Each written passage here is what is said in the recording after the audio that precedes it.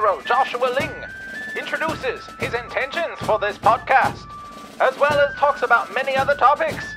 You are now entering the war zone. This is Poets at War.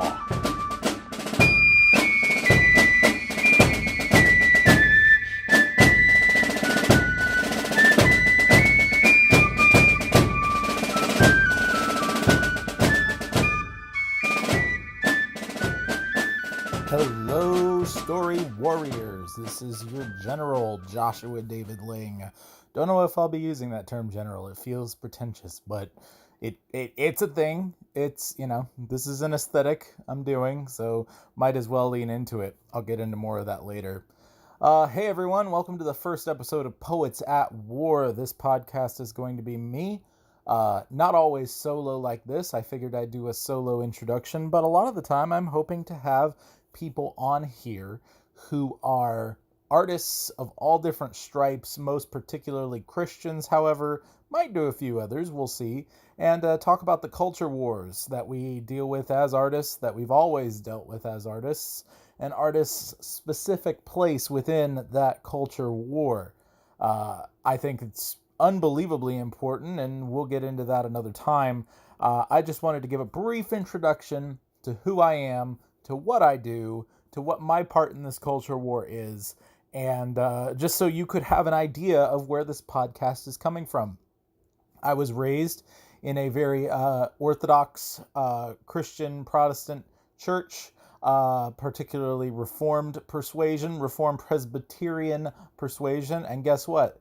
I've actually stuck with it, unlike a lot of different people who've come around and gone and whatever else. I actually found the Reformed faith to be more full of story and beauty and adventure than anything else. There's so many people who've gone by the wayside, who have fallen off, who have fallen away from the faith because they feel like the faith doesn't portray beauty. And I actually kind of agree with them. But it's not the faith. It's the people of our time. It's our culture that's really the problem. And Christians are the only ones who have an answer for beauty. We're the only ones who have an answer for why something actually pulls at our heartstrings in the first place.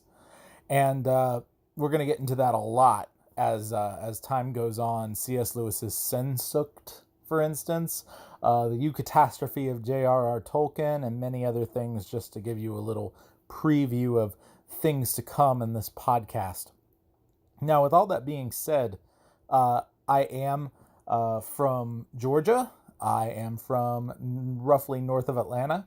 I live in a different place now, though. I live in Augusta, Georgia, quite a distance away east, and my life has changed a lot over the past couple years. I got married about 4 or 5 years ago, almost 5, I think. I have 2 kids. I have a wonderful wife who is finishing up a long-term job and coming home to work with me on making a wonderful house. I have all different other kinds of story plans, and that's really what I kind of wanted to get into. But before I do that, let me talk about the context of this plan, of this thing that I'm working on. I just got back from a conference called the Fight, Laugh, Feast Conference a couple days ago in Lebanon, Tennessee, and it was absolutely a breath of fresh air. I've been fans of the guys who run it for a long time, and now I think I'm friends. We were able to spend some time together because I was working behind the scenes, working on video with Adrian Rink of Yonder Child Media, and we had a particularly good time before and after talking about these things. And 2 of the really good conversations I had were discussing this plan for my stories that I've been concocting. I talked about it with Darren Doan, who said, first of all, I'm stealing that. And then second of all, with Chocolate Knox and Gabriel Wrench and Toby Sumter a little bit more, as well as a few other people. They all seemed to think it was a great idea, particularly for the weird sort of storytelling that I do. And that is epic poetry. Why epic poetry? I don't know. Well, I do, but it's a long story. I will tell that story, but let me just give you the cliff notes right now. First of all, I am dyslexic, but not dyslexic in the traditional way. I am dyslexic in that I can look at a piece of text all day long, and unless I translate it into sound in my head, I am not going to comprehend said text. Thus, I'm a little slow at reading, and prose tends to leave me feeling cold. Poetry, however, especially from a writing perspective, I can conclude that it's what my heart is feeling when I read it. I can read it and go, okay, it rhymes, move along. I can understand and not go on these weird run on sentences, and the rhythm keeps me on track. Now, that's just for me, but for others, I have found that the stories stick with them more. It's actually better in many cases not to put in too much detail, thus it stretches your imagination.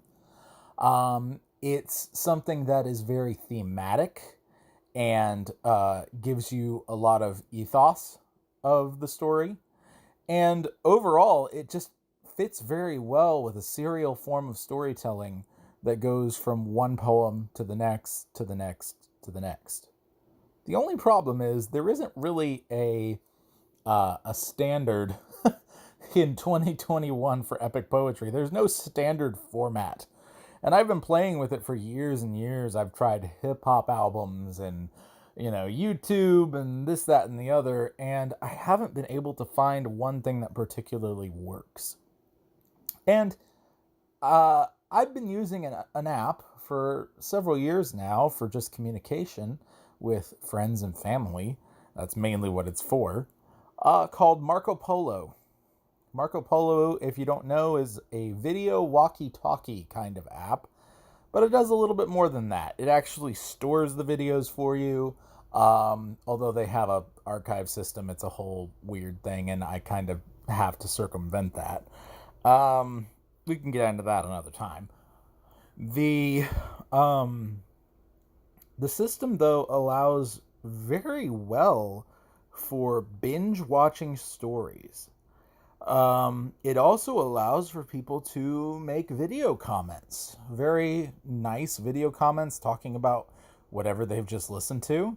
And I'm hoping to be able to use some of those as testimonials in the future. It builds a community, and to me, it feels much, much, much more like sitting around the campfire listening to a story than any other format that I've ever worked with. So yeah, each of my individual 12, that's right, I said 12, story serial worlds, I am posting to daily now with Marco Polo. And if you want to be a part of that, you can go to joshuadavidling.com, click on Story Circles. I have 2 worlds for free, and the rest are with a paid subscription for $9 a month. But that's 10 stories. That's not even $1 a story world. It's crazy value. So you can check that out. You can join in. You can leave comments about the story as you go. You can join in with this fireplace round the campfire storytelling that I'm looking to do. Also, this podcast, as we continue on, is going to feature some artists who are my friends. I'm hoping to get some larger names as well, kind of interspersed there. And maybe we can even do some roundtable discussions instead of just one-on-ones all the time. I would love to put particular friends of mine together with other big names and just enjoy the camaraderie that we have as artists in Christ who are seeking to beautify the world, who are seeking to take dominion, who are seeking to fight the culture war cleanly and beautifully. And when I say cleanly, I don't mean necessarily like, oh, no bad language. Like, I'm saying people who are trying to make beautiful, clean things. Things that shine and are gorgeous and amazing and awe-inspiring and point back to the creator of everything. So, with all that being said, that's going to do it for this episode. We're going to have much longer episodes, especially when I actually have someone to talk to. And we'll get a little bit further into the weeds on all these individual things. I feel like this whole episode was No, there is too much. Let me just sum up. But with that being summed up, this is Joshua David Ling, your general. Keep fighting the culture war to the glory of God. We'll see you next time.